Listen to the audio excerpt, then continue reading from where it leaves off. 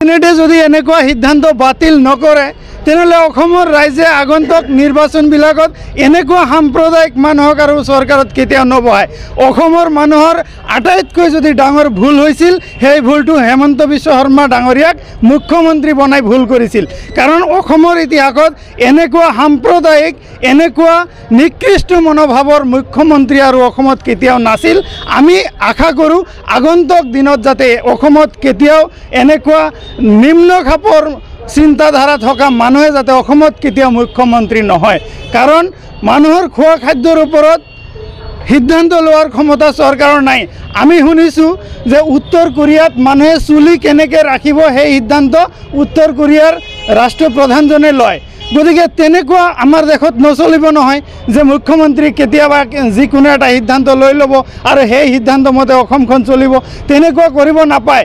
ৰাইজৰ বহুত কাম আছে, বহু সমস্যা আছে, এইবিলাক সমাধান কৰক। নিবনুৱা সমস্যা সমাধান কৰক আৰু বিভিন্ন ধৰণৰ যি সমস্যা আছে এইবিলাক সমাধান কৰক। মদ বন্ধ কৰকচোন। হেমন্ত বিশ্ব শৰ্মাই পাৰে নেকি? মদ খাই মানুহে কিমান মানুহৰ ঘৰ সংসাৰ নষ্ট হৈ আছে। নিচাজাতীয় দ্ৰব্যসমূহ বন্ধ কৰক। ড্ৰাগছ নিষিদ্ধ কৰিছে, আমি ভাল পাইছোঁ, আমি আদৰণি জনাইছোঁ। কিন্তু নিচাজাতীয় দ্ৰব্যবিলাক বন্ধ নকৰি গৰু মাংসৰ ওপৰত তেখেতে লাগি আছে। তাৰ মানে একমাত্ৰ টাৰ্গেট মুছলমানসকল, যে এইটো কৰিলে হয়তো হিন্দুসকলক আমি আনন্দিত কৰিব পাৰিম, মুছলমানসকলে হয়তো বেয়া পাব। কিন্তু এটা কথা মনত ৰাখিব, গৰু মাংস নাখালে মুছলমানসকলৰ কোনো ক্ষতি নহয়। ইছলাম ধৰ্মত তেনেকুৱা কোনো বিধান নাই যে গৰু মাংস খাব লাগিব। এইটো খোৱা যায় বুলি খাই ভাল, টেষ্টি হয়, এইটো বহুত ভাল লাগে। যিমান মাংস আছে আটাইতকৈ টেষ্টি মাংস গৰু মাংস। যিসকলে খাইছে তেওঁলোকে জানে। গতিকে নোখোৱা মানুহে এনেকুৱা সিদ্ধান্ত লৈ মানুহৰ আঘাত কৰিব নালাগে।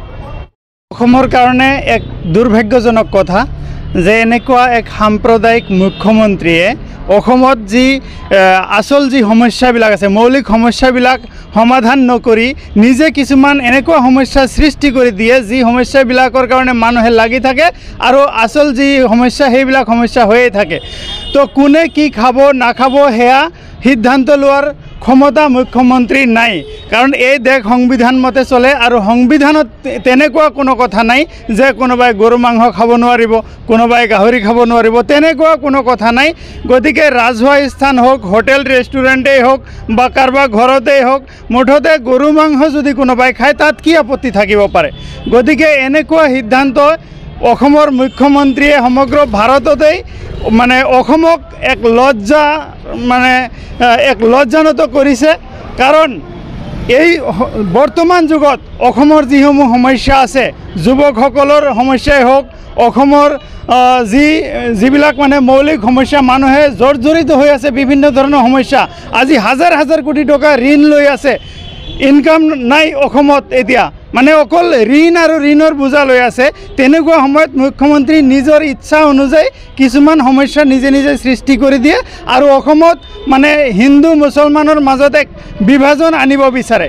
গৰু মাংস মুছলমানসকলে খাবই লাগিব এনেকুৱা কোনো কথা নাই।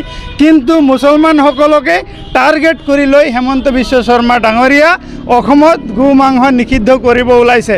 গৰু মাংস কি খ্ৰীষ্টান ভাইসকলে নাখায় নেকি? গতিকে এয়া অকল মুছলমানসকলৰ লগত অন্যায় নহয়, এয়া সমগ্ৰ অসমবাসীৰ লগতে অন্যায় কৰিছে। কাৰণ আগন্তুক 25 ডিচেম্বৰ তাৰিখে বৰদিন আহি আছে। বৰদিনত খ্ৰীষ্টান ভাইসকলে সকলোৱে গৰু মাংস খায়, সকলোৱে ৰাজহুৱাভাৱে সিহঁতে যি গো হত্যা বা তেনেকুৱা সিহঁতৰ যি প্ৰথা আছে তেনেকুৱা কৰে। গতিকে এইবিলাক মুখ্যমন্ত্ৰীয়ে বন্ধ কৰিব নেকি? এজন গণতান্ত্ৰিক দেশত এখন ৰাজ্যৰ মুখ্যমন্ত্ৰীয়ে সংবিধানৰ শপত লৈ এনেকুৱা ধৰণৰ কিছুমান সিদ্ধান্ত লৈ অসমৰ মানুহৰ মাজত এক বিভাজন সৃষ্টি কৰি আছে। গতিকে বহুত দুৰ্ভাগ্যজনক কথা। আমি নেমচুৱে আমি দাবী জনাইছোঁ, আমি আহ্বান জনাইছোঁ মুখ্যমন্ত্ৰী ডাঙৰীয়াক যে আপোনালোকে চৰকাৰে মৌলিক সমস্যা সমাধানৰ ক্ষেত্ৰত গুৰুত্ব দিয়ক। মানুহে কোনে কি খায় এই ক্ষেত্ৰত চৰকাৰে হস্তক্ষেপ কৰিব নালাগে।